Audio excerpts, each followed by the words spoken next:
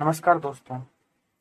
आज का सवाल है कि जब कोई हमारी इंसल्ट करे या हमसे गलत शब्द बोले तो अपने गुस्से को कैसे काबू किया जाए।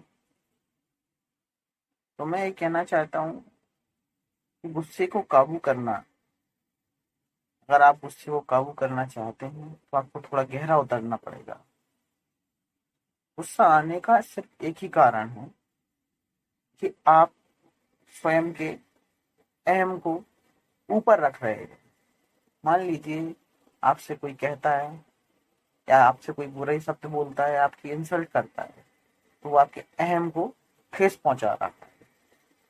इसका आप बचाव करने के लिए लोगों पर गुस्सा होते हैं या अपनी भड़ास निकालते हैं। इसके लिए आपको जानना होगा कि आप स्वयं अलग हैं और आपका अहम या आपका जो शरीर है वो एक अलग है। लेकिन अगर आप चाहते हैं कि आपका गुस्सा खत्म हो तो इसके लिए आपको थोड़ा गहरा जाना पड़ेगा। सबसे पहले आप यह सोचें कि सामने वाला आपकी जब इंसल्ट कर रहा है तो क्या वो सच में आपकी ही इंसल्ट कर रहा है। थोड़ा और सवाल को समझें कि जब सामने वाला आता है और आपसे कहता है कि आप बेवकूफ हैं या आप मूर्ख हैं, तो क्या सच में वो आपसे ही कहता है कि आप बेवकूफ हैं या मूर्ख हैं। आपके ऊपरी हिस्से से या आपके शरीर से कहता है वो। और किसी के कहने मात्र से ही अगर आप क्रोधित हो जाते हैं तो आप सच में अगले की हाथ की कठपुतली के अलावा और कुछ है ही नहीं। अगर आप चाहते हैं कि आप गुस्सा ना हो तो आपको यह जानना बहुत आवश्यक है कि आप स्वयं अलग हैं और आपका शरीर अलग है। जब कोई कैसा है कि आप नालायक हैं तो वो आपके शरीर को बताता है कि आप काम करने योग्य नहीं है या आप सही तरीके से कोई काम नहीं कर पाए। परंतु जब आपको अनुभव हो गया कि आपका शरीर अलग और आप स्वयं अलग हैं, तो फिर ये झंझट ही खत्म हो जाता है। फिर आपको क्रोध करने की जरूरत ही नहीं होती है, क्योंकि आप समझ जाते हैं कि आप अलग हैं और ये शरीर अलग है। सामने वाला व्यक्ति सिर्फ आपके शरीर के बारे में ही टिप्पणी कर सकता है, आपके बारे में वो टिप्पणी करता ही नहीं है। साधारणतः आप बहुत ही शीघ्रता से निर्णय लेते हैं या किसी भी चीज के प्रति अपने विचार रख लेते हैं। लेकिन जब आप गहरे उतर जाएंगे तो आप कोई भी चीज कहने से करने से पहले एक बार जरूर सोचेंगे।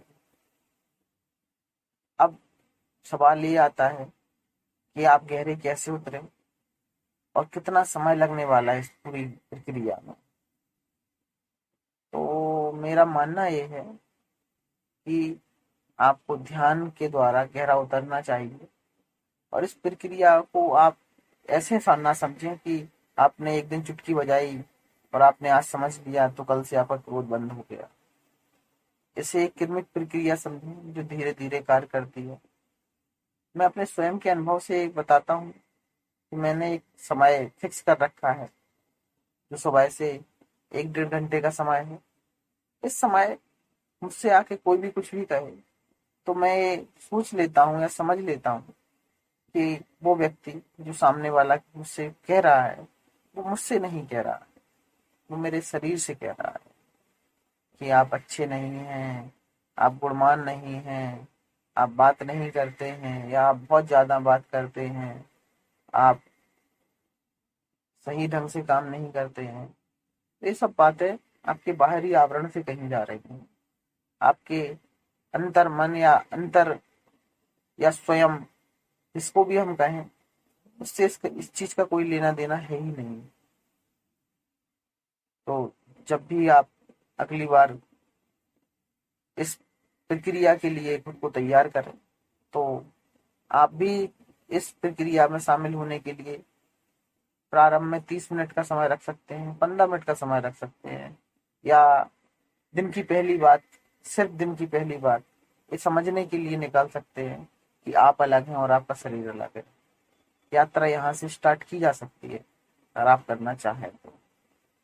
और अंत में यही कहेंगे, पॉसिबल या संभव तभी है जब आप करना चाहें। सिर्फ बातें सुनने से या समझने से